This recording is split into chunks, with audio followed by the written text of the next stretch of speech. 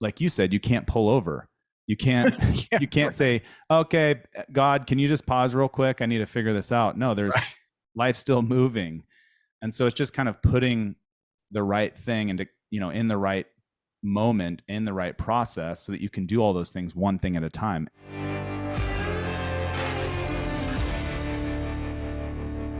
Well, welcome to the True Man Podcast. My name is Mike Van Pelt, and today I'm playing co-pilot on the show.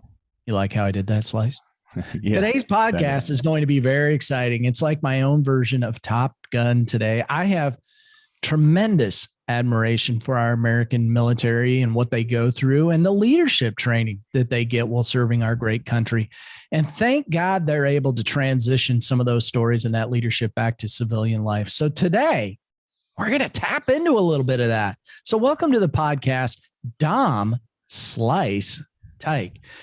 He brings his fighter pilot background and applies them to guide pilots, athletes, business owners, and students with afterburner techniques that American fighter pilots use to ensure mission completion. And as an Amazon best-selling author, business owner, entrepreneur, civilian, and military instructor pilot, he knows that business individuals and teams struggle with information overload. Boy, do I know how that feels.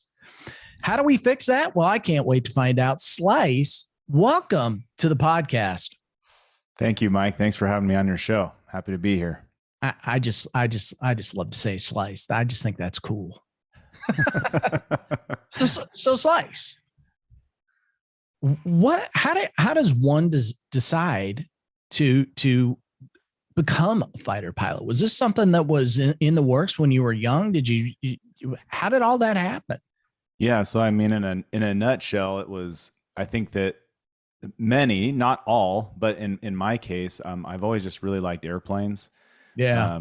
We had a bunch of civilian airfields. I grew up in Spokane, Washington. So we had, Fairchild Air Force Base and air shows and Phelps Field and, all of the little airfields around there with a lot of cool little aviation in the summertime. And I got hooked. And then at 7, we built a F4 fighter jet on our kitchen table with my dad. Who doesn't do that? Yeah. Yeah. So at 7 years old, I got hooked even more. I still have that little plastic model that I built, over 30 years ago now. And then at 12, I find myself with my uncle on the flight deck for an Alaskan Airlines engine run, because he was a aircraft mechanic. And I think that's when I kind of was started to entertain the idea that maybe I could be a pilot, and wrenching on him maybe wasn't for me. But then, at 16, I found myself enrolled in college at to be an aviation mechanic. And it was prior to starting the course, I got handed a flyer from one of the counselors, and it was the last one, and it was to a flight school. So we looked into it, and yeah, I mean, the rest is history. I started flying little airplanes. I became a civilian flight instructor. I did that for a number of years. And then, I applied to the Air Force to go through officer training school 3 times because they lost my paperwork.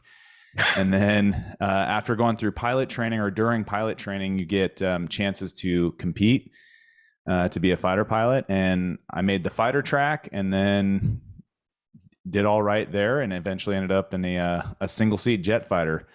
And the rest is history. Now I'm kind of living my dream right now. I'm teaching in the fighter pilot, we'll call it a schoolhouse out here in Phoenix, Arizona.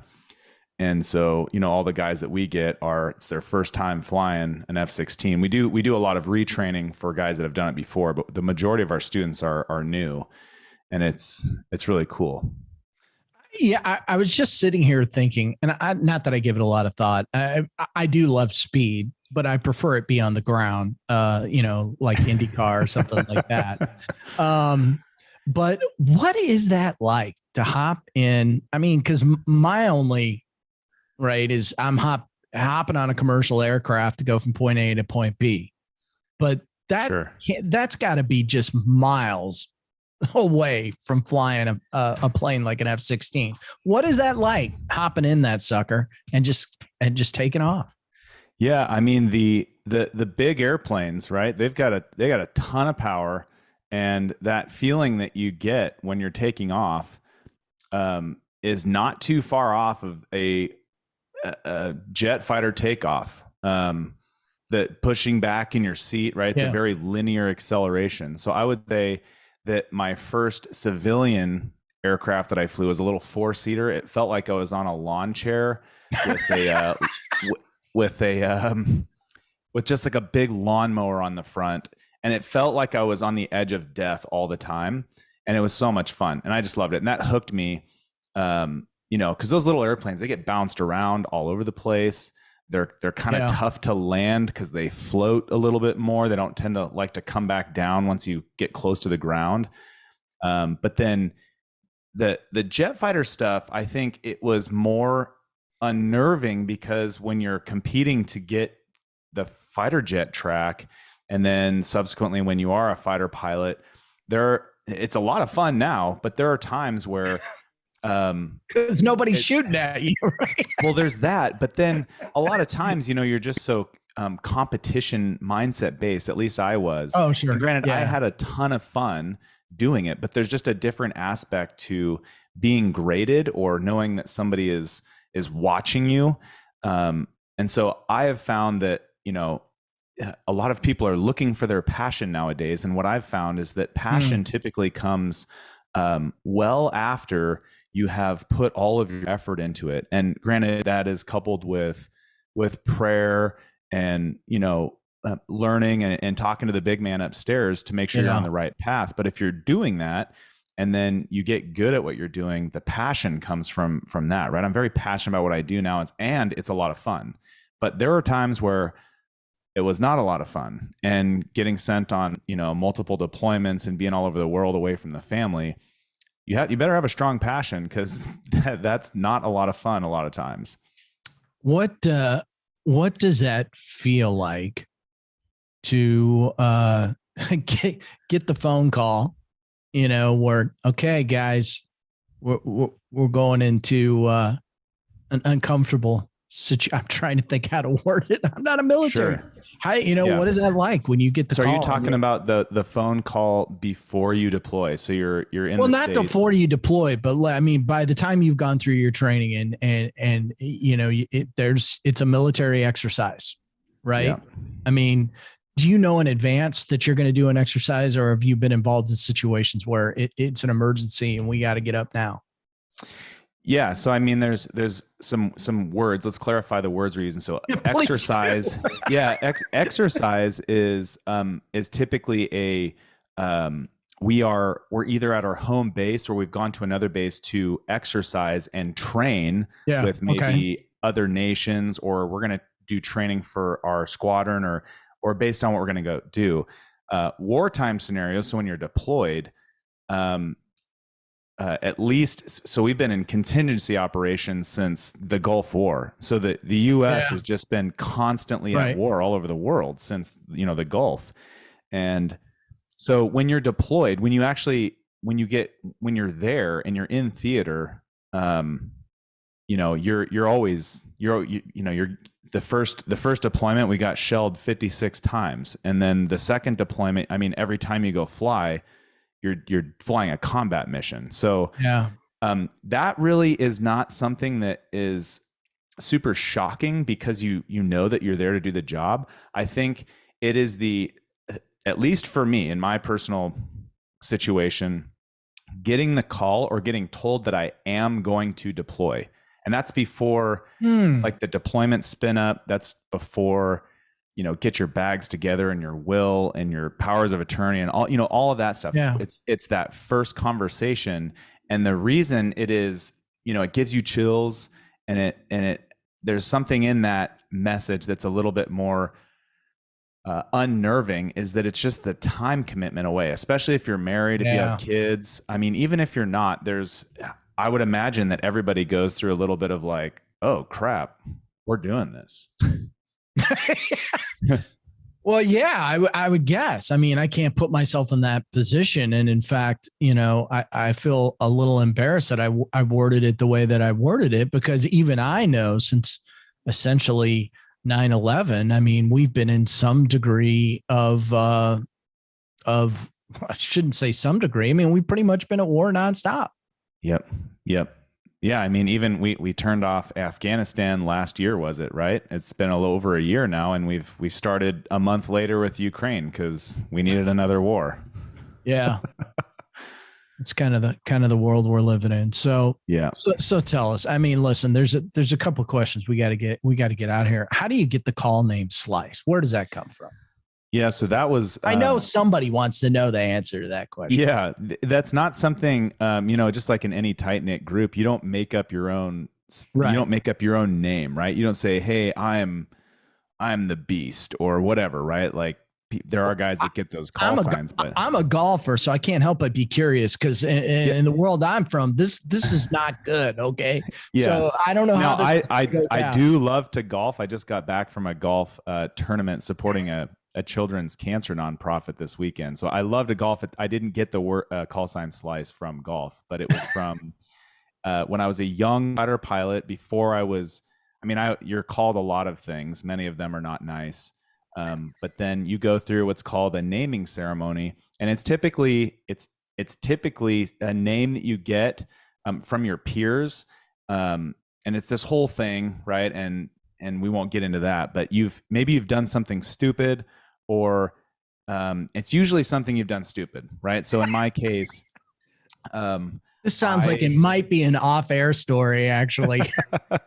no, it's PG. It's not. There's some other ones that you probably wouldn't want to talk about on a Christian show, but this one was I was doing. Everybody knows what dog fighting is on Top Gun, right? So we were doing an air-to-air engagement. It was just me and one other aircraft, and I was kind of young in the jet, and I was still learning quite a bit, and we basically passed really close to each other, and that's when the fight starts. So you turn away from each other, and you turn in, you point at each other, and you pass really close. And as soon as you pass, you start fighting. And it's the first pilot to kill the other pilot, simulated, of course, wins. And we have computers that measure that. So I'm basically many sets into this, and I'm feeling pretty good that day. Now, granted, my flying, I've never been the best pilot, bar none, amongst all the pilots. I've worked really hard, but I've never been the best. So I'm doing better that day, and I get a little bit maybe too confident in my abilities, and I end up breaking a training rule, which is in place so that you don't hurt yourself, you don't crash or whatever. Yeah, so right. I'm pointing at the other aircraft too long. The nose of the jet's pointed really high. The nose of his jet is pointed really high, and we basically end up I think we shot each other at the same time. I don't really remember who won. We'll just say that he did because he was an instructor and a better pilot than me. But we passed really close aboard, very close, so close to where I looked at like the top of my jet, and that was the closest I've ever been to another aircraft when we were in a fight. And so I almost died. And so in the call sign party, or I forgot what I called it earlier. So I'm getting named, the naming party, right? So they have all these different names that have come out, and they settled on the call sign Slice because I was in a Japanese samurai squadron. Our mascot was a samurai, and so the samurai sword, and then I almost sliced my instructor in half, kind of fit at the time. So and I almost died. So I'm glad to have made it past that. What was that like? Because obviously you're in a plane. It's not like you can pull over, like if you were in a car, it's not like you can pull over on the side of the road and decompress a little bit. I mean, how does that all go down? I mean, obviously you're like, holy stuff. Yeah. And I mean, what's going through your mind in that situation? So it happened so fast. So there's this, think about this. You actually know the concept. We call it line of sight. But if you're on a freeway, right, and you're going one direction, and let's say it's just a single lane freeway, okay? And so you got a car coming the opposite direction, and you're in your lane, and that car is in its lane, and there's no median or everything. So you're going to pass really close to each other. The only thing that separates you is like the painted line on the street. Yeah. Okay, so you're really close. You're going to pass really close. And let's say you're doing 100 miles an hour and that other car is doing 100 miles an hour. So you're going to pass really close and really fast. Your closure is 200 miles an hour. So what we call it line of sight. The closer you are to that lane, essentially, the less line of sight across your window you're going to see until the very last second. And then it's just going to be boom, that has gone by you. Now imagine a 4-lane freeway where you're on the very outside and the other car's on the very outside. You're going to see kind of an insidious movement on your windshield, kind of slowly, and then the car will pass. It'll appear to pass slower by you, right? So we call those line of sight. So because I was pointing back to the, hey, we're on a freeway super close to each other, because I'm pointing at him, there's not a whole lot of line of sight going on. And so when we passed, it was just like, bam. And I passed him, and we actually keyed the radio to knock off the fight at the same time. So both him and we stepped on each other on the radio to knock off the fight. My point being, you were asking, what's it like? Well, because we passed so close, that line of sight was basically non-existent until the very last minute. And then it was just like, boom, we passed each other. And so it scared the crap out of us after the fact. And we came back and landed to debrief and to check out what had gone on. But I didn't have enough time to think about it until after the fact. Then it was already over. So there's been other situations where you could potentially there's been pilots that, I'll just knock on some wood, that have, lost their engine or whatever, had to eject out of the airplane. And there's a little bit of time that goes into thinking about what's going to happen. Whereas this one, it just happens so fast, and kind of how that ties into the theme of my life is that something like that happens and you go, I could have died. And so then you go, I have to get my spiritual life in order, right? I need to do whatever, right? Sure. But then me being very lukewarm in my Christian spirituality, you fall back into your old way of things, right? And this was a pattern, very many years, over and over and over, right? These types of situations are going to happen in your life, especially if you're a fighter pilot. And it wasn't until about 2 years ago, where some things, kind of happened. And that's where, I realized that a life that is not rooted in that Christian spirituality is one that's going to keep having these, whatever you want to call them, train wrecks, car wrecks, like near misses. And I wasn't ready. I wasn't ready to die, and that's, wow. That's the thing. Like spiritually, I was not ready to die at any one of those junctures. So how many wake up calls? Well, if you're listening to this podcast and you can realize that, you could have a wake up call that shocks you into that. But for me, it wasn't until God kind of hit me across the head with a cast iron skillet that I kind of woke up and was like, okay, things aren't working. I need to do things differently. Well, I think you're the average dude in that, quite honestly, from the guys that I talked to. And this is, I was going to transition to that, and I'm glad you did. So when you're in the military, when you're active, did you have a faith-based relationship at that point, or you're saying you were just a little lukewarm? I would say that it was very, I would say if I would maybe attribute it to, like, maybe it was definitely a roller coaster. Sure. With the top of the roller coaster, the start being like how long I was spiritually active. So it'd be very short, and then I'd have this massive free fall and like this roller coaster right at the bottom, and then I'd kind of zip back up to the top for a short period of time and like wake up, and then I'd just roller coaster. So mine was very short periods of time where I would reconnect. But then the problem was that I didn't have a framework. I didn't have a men's group. I didn't have good studies. I didn't have a background. All of these excuses we come up with. And, and then once you really go through some painful things in your life and you kind of wake up, I didn't give up. I'm stubborn.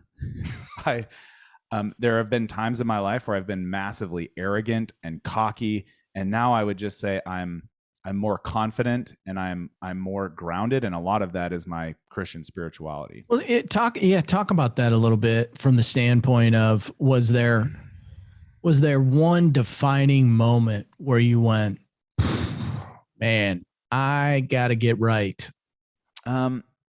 Yeah, I think it was about 4 or 5 years ago where, the real estate business had kind of taken off, and it was moving a little bit faster than I I mean, it was just a business that worked. So it started to take off. And then I was a fighter pilot. Then we had 2 kids at the time. We're going to have a third kid. And so it's this concept of, just keep loading up on life. I was, if it's a good idea, just load up on it. And so I had all these things going on. I even had another business where I bought and sold stuff, and it was making money, but it became way too much, and it was for the wrong reasons. Yeah.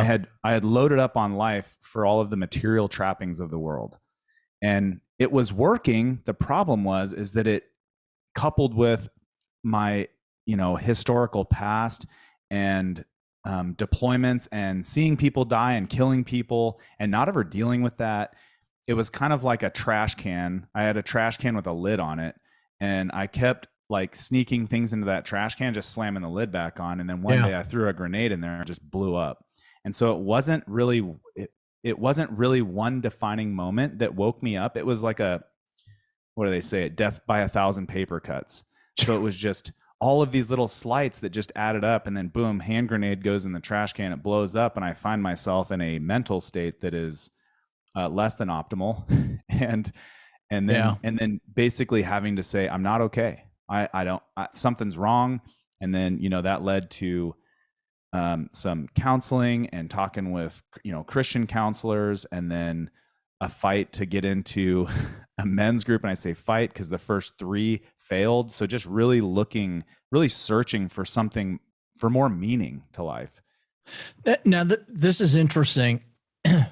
And I'm curious because I advocate, and as I'm sure you probably do at this point, I advocate for men being involved in men's small group all the time. But that's a pretty broad statement because not every group's built the same. And so I'm curious, why did those groups fail or not succeed, or what was going on that it didn't work for you at the time? So if I look back, there was, and none of the groups that I initially joined lasted. So I can even say that to this day. And that happens quite a bit. Yeah. They all failed. And the key, and this is my own perspective, so other people may have seen differences. The key to a men's group is one man that runs the group and leads the group. And that's tough, because the one that lasted, believe it or not, is a fighter pilot, and he's leading it. And he asked me after, I don't know, a year and a half or 2, he's like, all right, now it's your time to go start a men's group. And I was like, dude, that's not my ministry. I'm not being called to that. We've written multiple books. I've started another website, and I'm introducing Christianity in a different way. Yeah. I'm not called. That's your ministry that you're called to. The reason it worked is because of you. God definitely gave you a talent to do something like this. I'm not saying that I won't ever do it, but right now it's not the right time. And so I think to sum that up, it was the leadership aspect of it. If it was one dude that said, hey guys, we're doing this, it's at this time, whether that's a personal meetup, whether that's, hey, we're logging in on this Zoom call, we're going to do this book study, show up with these notes, here are the questions. So it's just one guy's leadership. And then you can kind of reinvigorate the rest of the group to do other tasks, but there needs to be one chief and everybody else needs to be an Indian, right? There needs to be one guy leading the show.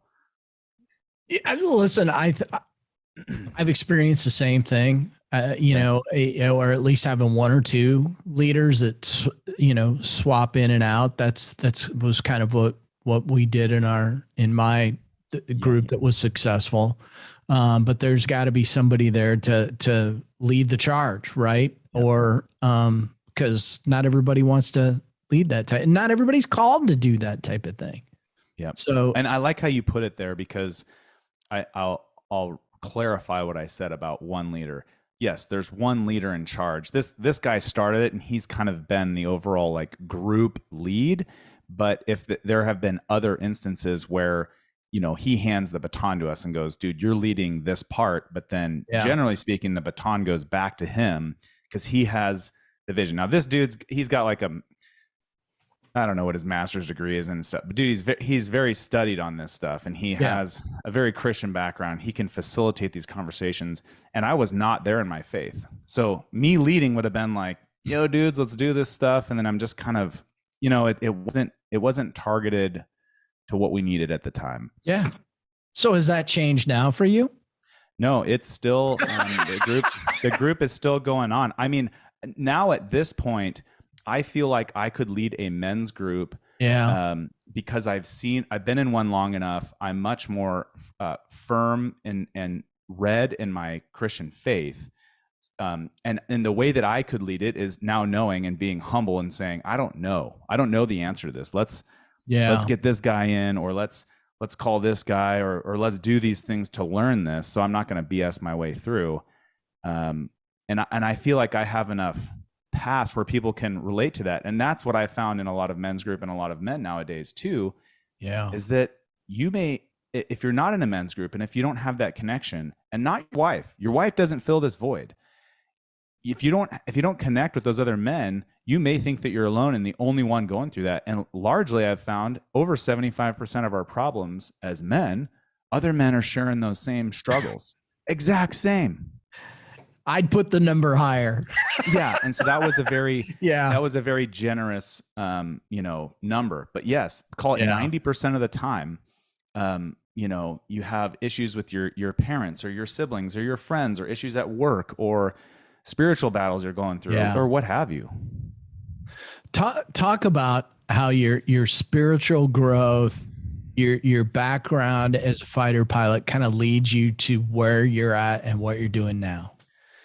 Yeah. So the biggest push after, we'll call it like a spiritual reversion, because I had Christian Catholic upbringing, but I never got hooked. Right. It was more. Yeah. It was kind of more like, I don't know, it was like almost like a bar mitzvah where it's like, okay, now but I never got to choose that. It was just kind of like, not even thrust upon me. It happens to a lot of us, right? You just kind of grow up with a religion or a church. And yeah. And it's like insurance, you have it because you're like, well, if I die, I want that insurance. But then after a while, you're like, I've been paying a lot for this insurance, and it's not for me anymore. Right. And that's our culture forces that on us. And it's false. But this reversion to Christianity, this reversion to, the life that we're living now, started this single seat mindset idea, which then quickly turned into, during COVID, right? A lot of us are struggling. So I'm now find myself emailing young fighter pilots, once a week, a little 2-minute message that is, it's a fighter pilot's twist on different life struggles you'll have as a fighter pilot. And then that turns into a blog. And then we start singleseatmindset.com. And then I start talking to a lot of the older pilots, and I'm like, dude, when you retire, we're going to lose your story. Do you want to publish your story? I know how to do that. I had already published a book called Single Seat Investor for my real estate company. And that was for other reasons. But this one was like, I've already done this. I've already published a book. I know how to do the process. If you want to write it, I'll just ask you for the information you need. And then the other piece of it was, every one of those authors paid the Anna Schindler Foundation, which is a children's cancer nonprofit.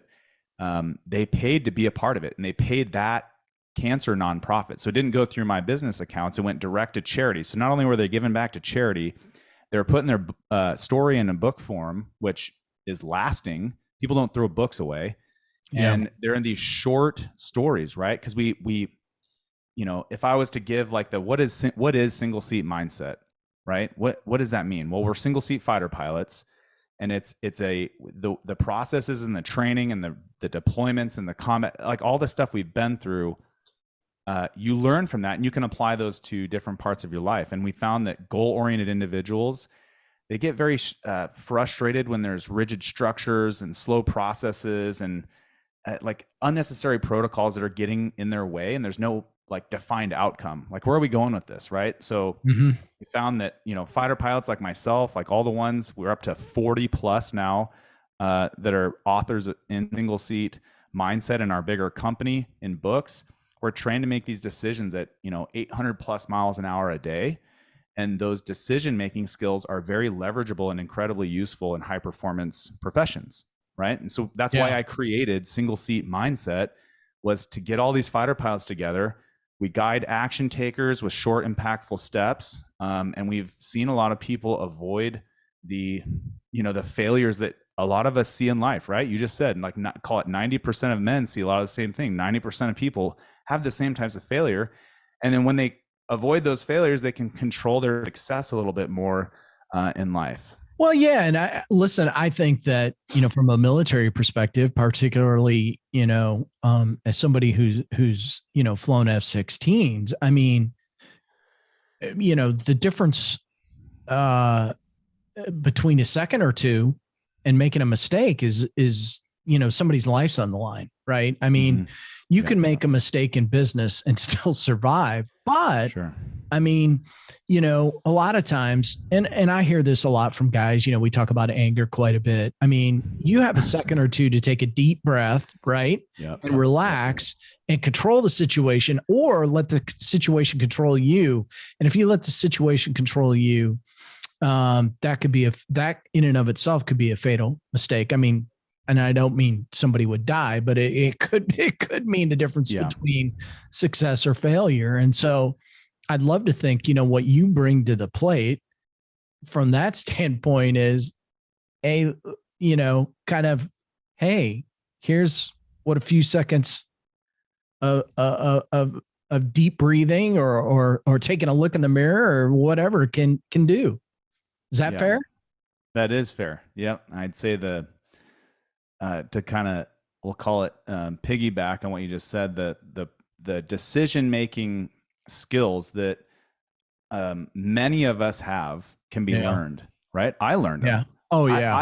I've never talked to a fighter pilot that said, I just nailed it on the first flight and then I've always just nailed it, right?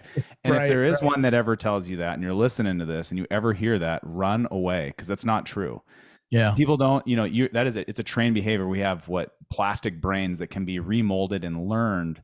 You can learn these skills, and where it helps is we are trained how to, because as humans, you can do one thing at a time. You can't, multitasking is not a thing. I cannot do more than one thing at a time. So fighter pilots, what I've noticed is that they're more methodical in, okay, what one thing do I need to be doing right now? What one thing do I need to do right now? And, there's on our YouTube show, because we're new at this stuff, but I just interviewed one of the authors that we had, and we threw it on YouTube. And he's essentially a Top Gun instructor pilot. He went to Top Gun school for the Air Force. It's called weapons school. And he crashed on his third flight.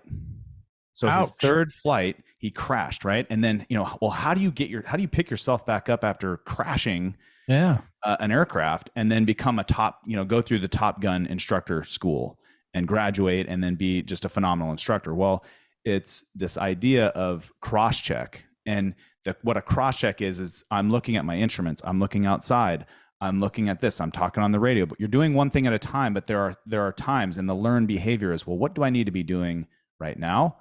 5 seconds later, what do I need to be doing right now? And if you start messing those up, like you said, you can't pull over. You can't you can't say, okay, God, can you just pause real quick? I need to figure this out. No, life's still moving.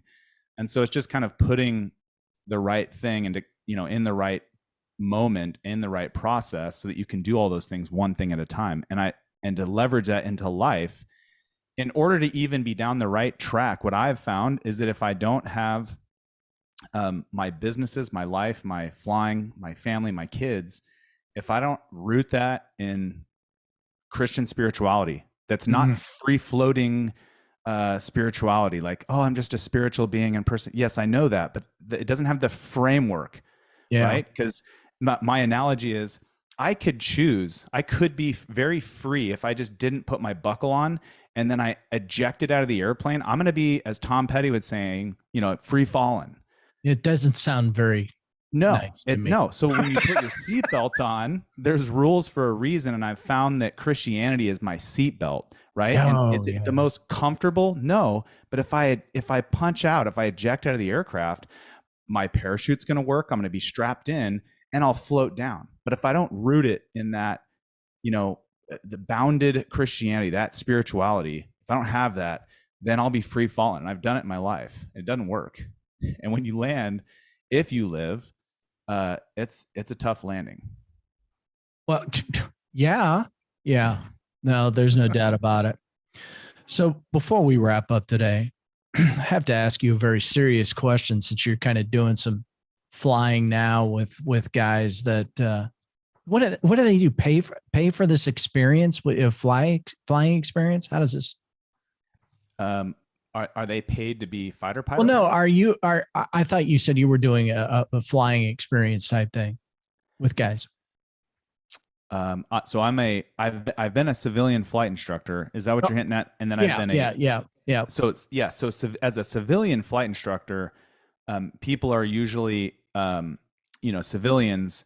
They go through the ground school and all that stuff, and they're paying for that to get flight lessons.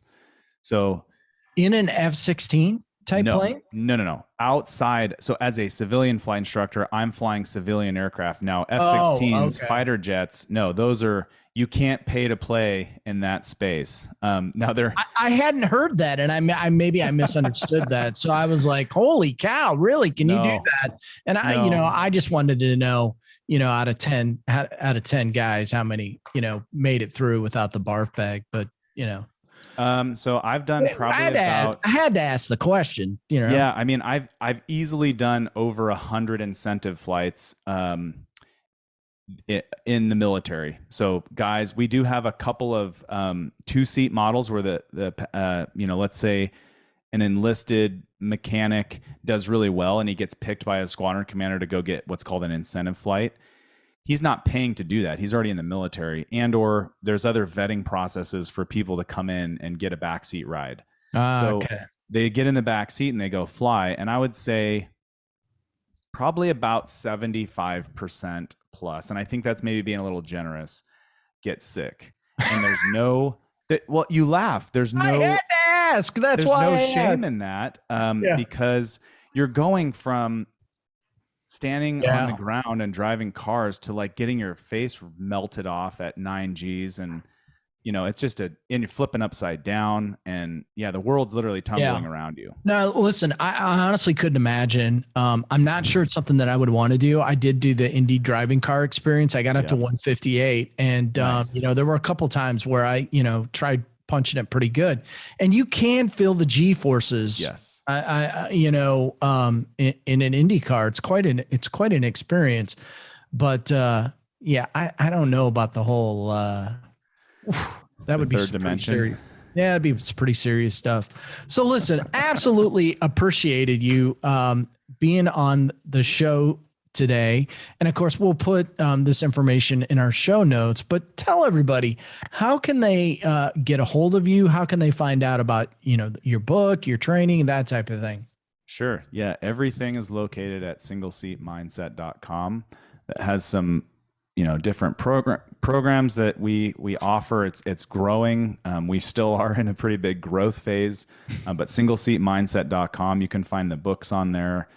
You can reach out to me and contact me on there. If you've got, kids or younger, let's say you're listening to this and you're like, oh, I have a nephew, or I have this guy over here that could, benefit from some of that stuff. Just send me a message and we'll get you plugged in. It's not just me. It's me running the business side of the house at singleseatmindset.com.